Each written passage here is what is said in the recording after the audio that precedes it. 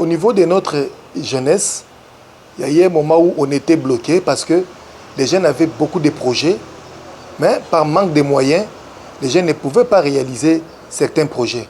Alors nous nous sommes dit, il ne fallait pas qu'on s'arrête, il fallait qu'on réfléchisse pour voir comment nous pouvons, à partir de nous-mêmes ici, localement, voir comment nous pouvons nous autofinancer. Nous avons créé, initié des activités telles que le culte de solidarité, qu'on appelle communément Tuntine. Alors, ce culte a pour objectif notamment de soutenir les projets des jeunes.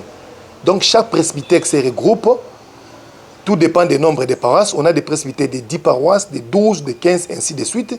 Et puis, les presbytères, ça se situe des coins aussi différents, avec des réalités aussi différentes.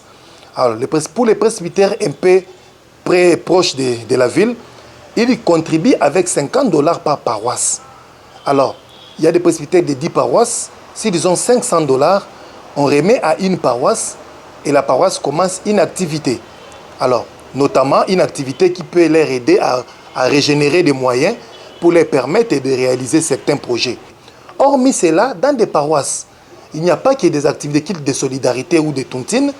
Les jeunes ont aussi des activités du genre le culte de la semaine où ils ont aussi l'argent chaque semaine. Alors cet argent-là les aide aussi à réaliser leurs projets. Le culte de solidarité à Kinshasa, c'est très visible, mais nous avons pensé que cela ne passe pas seulement à Kinshasa, même dans des provinces. Dans les presbytères de Nyoki, dans les synodes de Bandundu, ils avaient un projet. Le projet, c'était d'acheter un moteur pour faire, en quelque sorte, une bannière qui va commencer à rôder. Et finalement, le fonds va aider pour financer les activités des jeunes. Alors, comme ça coûtait trop, ils ont commencé par un pirogue. C'est un pirogue. Parce que là-bas, et le transport, c'est toujours par la voie maritime. Alors, le pirogue, là, ça va faire le transport.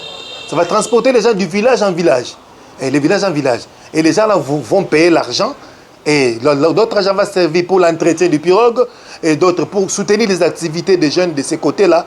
Et les activités des jeunes en général. Mais les activités de l'église, des églises aussi de ces coins-là en particulier. Le projet, c'est du synode. Ce n'est pas des paroisses, ce n'est pas des presbytères. Alors, le synode a 3 presbytères là-bas. Presbytère de Mouchi, de Nyoki et de Tandembele. Alors, chaque presbytère donne $15. $15. Et maintenant, ils sont dans le 2e mois de ces récoltes. Alors, donc, je suppose que comme $45 fois 3 fois 2, donc ils ont déjà $90. Alors, ils ont déjà $90. Je crois que ça, c'est le 3e mois. Alors, à la fin, je vais les appeler pour qu'ils me disent ils ont combien. Et le temps que je serai là, on va évaluer le prix de ces pirogues. Et pour que cela soit déjà... Moi-même, je vais inaugurer cela quand je serai dans les Maïndombe. Comme ça va leur permettre pour les activités d'autofinancement de ces synodes. Il y a un aspect important que je n'ai pas soulevé. Et vous voyez, les activités se réalisent compte tenu des milliers et des coins.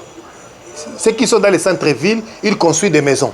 Ceux qui sont à Kinshasa, mais dans la périphérie, ceux qui sont beaucoup plus dans les champs, ils achètent des hectares pour faire l'agriculture. Dans les Maïndombe là-bas, et ils vivent de l'eau, ça c'est la rivière. Voilà pourquoi ils initient des projets dans les sens de pirogue, parce que c'est ce qui va produire.